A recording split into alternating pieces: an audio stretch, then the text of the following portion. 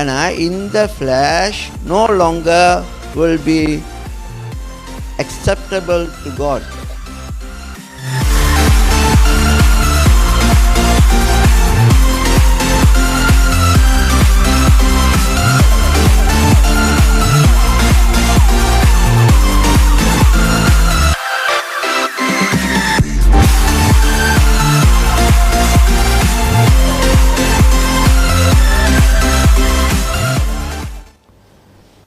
இப்போ கிறிஸ்தவங்க நமக்கு கூட இந்த பிரச்சனை வர முடியும். கிறிஸ்தவங்க நமக்கு கூட இந்த பிரச்சனை வர முடியும். நம்முடைய சரீரத்தில் எந்த ஒரு நன்மையும் கிடையாது. மாம்சம், அந்த வார்த்தையை சரியான வார்த்தையாக பயன்படுத்தலாம். The flesh. Okay, there is no good in our flesh. இந்த சரீரமும் சரி, நமக்குள்ளே இருக்கிற அந்த மாம்சீக உணர்வுகளும் சரி, அதனால் எந்த ஒரு பலனும் இல்லையாம். புரியுதான்னு சொன்னேன்?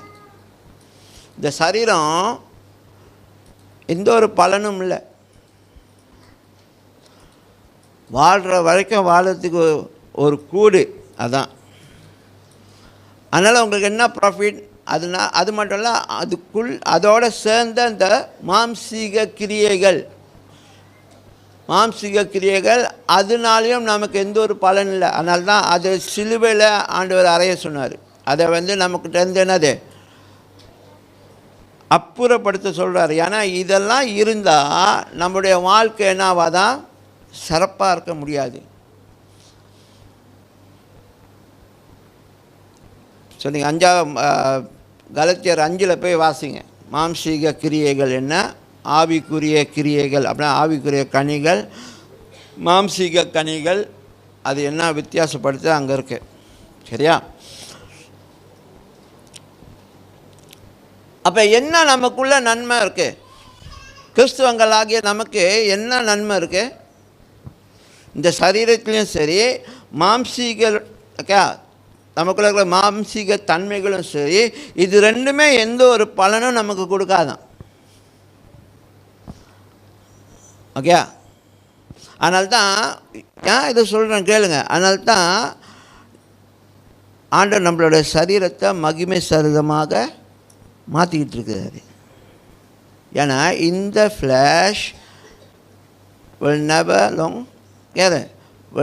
no longer will be acceptable to God. புரியுதா? அந்த எல்லைக்கு நம்ம போகிறதுக்கு இந்த சரீரம் மாற்றத்தை அனுபவிக்க வேண்டியது அவசியம். அப்போ இப்போ நம்ம என்ன மகிமை சரீரமாக நாம் மாறிக்கொண்டிருக்கிறோம்.